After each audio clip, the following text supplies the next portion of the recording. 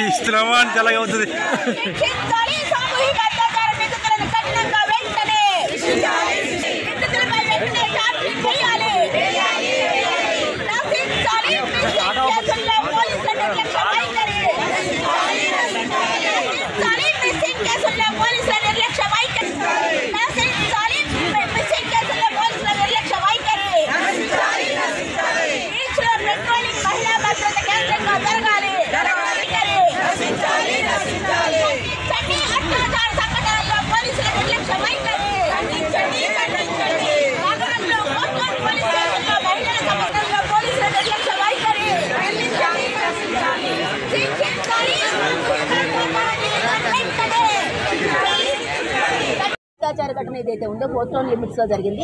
ఇది చాలా ఆందోళన కలిగించే విషయం. ఎందుకంటే బాలికల, యువతుల, స్త్రీల రక్షణ లేదా భద్రత అనేటటువంటి దాని మీద ప్రశ్నలు, కొత్త రకమైన ప్రశ్నలు ఉత్పన్నమయ్యేటటువంటి విధంగా ఈ సంఘటన జరిగింది. ఎందుకంటే బాలిక ప్రేమించిన వాడితోనే బయటకు వెళ్ళింది, అతనే మోసం చేశాడు, అతని స్నేహితుడికి అప్పచెప్పాడు.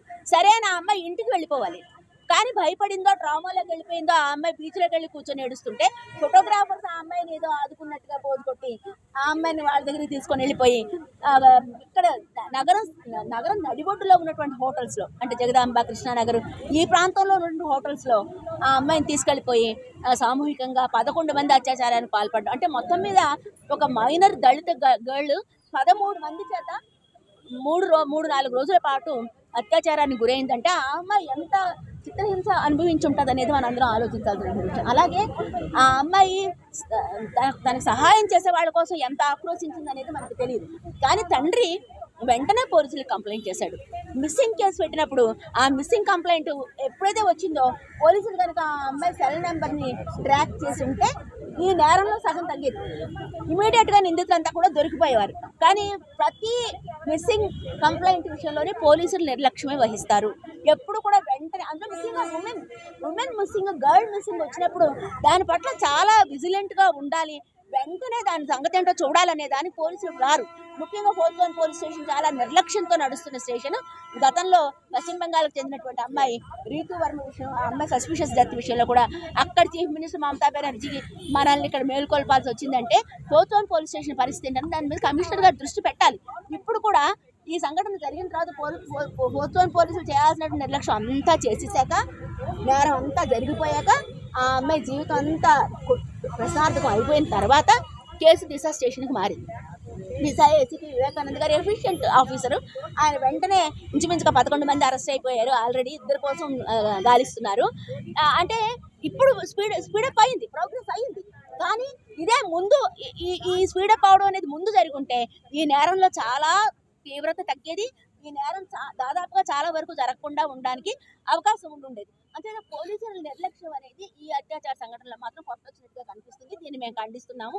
అయితే ఇప్పటికైనా కానీ దీని నుంచి బయటపడి అతని మీద వెంటనే ఆ ముద్దాయిల మీద ఛార్జ్షీట్ వేసి వాళ్ళని కోర్టులో పెట్టి వాళ్ళని ఒక 3-4 నెలల లోపలే వాళ్ళ మీద జడ్జిమెంట్ వచ్చే విధంగా పోలీసులు సీరియస్గా చర్యలు చేపట్టాలనే దాన్ని మేము డిమాండ్ చేస్తున్నాము. అలాగే బీచ్లో కూడా స్త్రీల, పిల్లల, బాలికల రక్షణ యాంగిల్లో పెట్రోలింగ్ జరగాలనే దాన్ని మేము అడుగుతున్నాము. అలాగే ఎవరైతే ఫోటోగ్రఫీ అనే ఉపాధితో అక్కడ ఉన్నారో వాళ్ళ ఆ యువకులందరి లిస్ట్ పోలీసుల దగ్గర ఉండాలి, వాళ్ళ అడ్రస్లు పోలీసుల దగ్గర ఉండాలి. వాళ్ళు చేస్తున్నటువంటి వృత్తిని మిస్యూజ్ చేయకుండా ఉండే వైపుగా వాళ్ళకి కౌన్సిలింగ్ చేయాల్సిన అవసరం ఉంది. వాళ్ళందరినీ పిలిపించుకోవాలి. ఏ పోలీస్ స్టేషన్ పనిచేస్తే ఆ పోలీస్ స్టేషన్ పిలిపించుకొని కూర్చోబెట్టి మీ నుంచి ఇలాంటి నేరాలు జరిగే అవకాశం ఉంది కాబట్టి మీరు అది జరగకుండా చేసుకుంటామంటేనే వృత్తి చేసుకోండి, లేకపోతే ఫైండ్ అవుట్ చేయించాలి అందరినీ. ఎందుకంటే ఈ సంఘటన ఇంత తీవ్రంగా జరిగింది కాబట్టి భవిష్యత్తులో కూడా జరగలే అవకాశం ఉంది కాబట్టి ఈ వాళ్ళందరినీ తీసుకొచ్చి బైండ్ ఓవర్ చేయించి అంటే విజిలెంట్గా ఉండాలని, వాళ్ళ ఉపాధి తీసేయమని కాదు, వాళ్ళ పట్ల విజిలెంట్గా ఉండాలి.